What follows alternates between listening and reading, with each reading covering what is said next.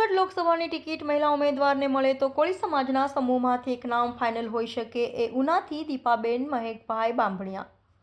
સૂત્રો દ્વારા મળતી માહિતી મુજબ વર્ષોથી ભારતીય જનતા પાર્ટી સાથે આખો પરિવાર કામ કરે છે અને સૌરાષ્ટ્રમાં દરેક તાલુકા જિલ્લામાંથી ભાજપને બહુમતી સાથે વિજય અપાવ્યો હોય તો એ છે ગુજરાત રાજ્યના મંત્રી શ્રી પરસોત્તમભાઈ સોલંકી। ગુજરાત સૌરાષ્ટ્રમાં કોળી સમાજ કોળી સેના દ્વારા પરસોત્તમ સોલંકી કદાવર નેતા તરીકે જાણીતા છે તેમજ કોળી સમાજના મસીહા ટાઈગર તરીકે ઓળખાતા પરસોત્તમ સોલંકી તેમની દીકરી દીપાબેન બાંભણિયા સોમનાથ જૂનાગઢ જિલ્લા કોળી સેના પ્રમુખ તરીકે કામ કરી રહ્યા છે તેમજ કોળી સમાજ અને અન્ય દરેક ધર્મ જ્ઞાતિ સમાજ સાથે વર્ષોથી આમ જનતાની લોકોની વચ્ચે રહી સેવા આપી રહ્યા છે। ઉના ગીર પંથકમાં પણ અવિરતપણે દીપાબેન બાંભણિયા નિસ્વાર્થ ભાવે લોકોની મદદ સેવા કરી રહ્યા છે।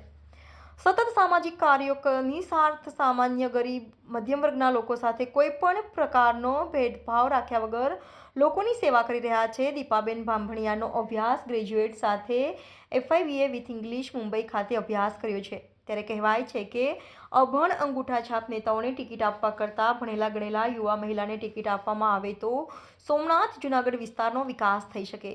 લોકમુખે એવી ચર્ચાઓ પણ થઈ રહી છે કે જો 2024 લોકસભા ચૂંટણીની અંદર દીપાબેન બાંભણિયાને ટિકિટ આપવામાં આવે તો ભારતીય જનતા પાર્ટી 1 લાખથી વધુ મતની લીડથી જીતી શકે છે। સૂત્રો દ્વારા મળતી માહિતી મુજબ યુવા મહિલા ઉમેદવાર દીપાબેન બાંભણિયાને જૂનાગઢ લોકસભાની ટિકિટ આપવામાં આવે તો મોટાભાગના કોંગ્રેસ પાર્ટી આમ આદમી પાર્ટી અને અન્ય રાજકીય પાર્ટીના મતો પણ બહોળી સંખ્યામાં મળી શકે છે જેના કારણે ભારતીય જનતા પાર્ટી જૂનાગઢ લોકસભાની જીત ફાઇનલ થઈ શકે એવું માની શકાય।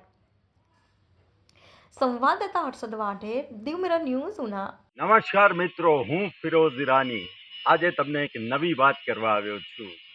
દીવ મિરર ન્યૂઝ જોતા રહો, સબસ્ક્રાઇબ કરવાનું ભૂલતા નહીં અને શેર કરવાનું પણ ભૂલતા નહીં। સત્યની સાથે જોડાતા રહો।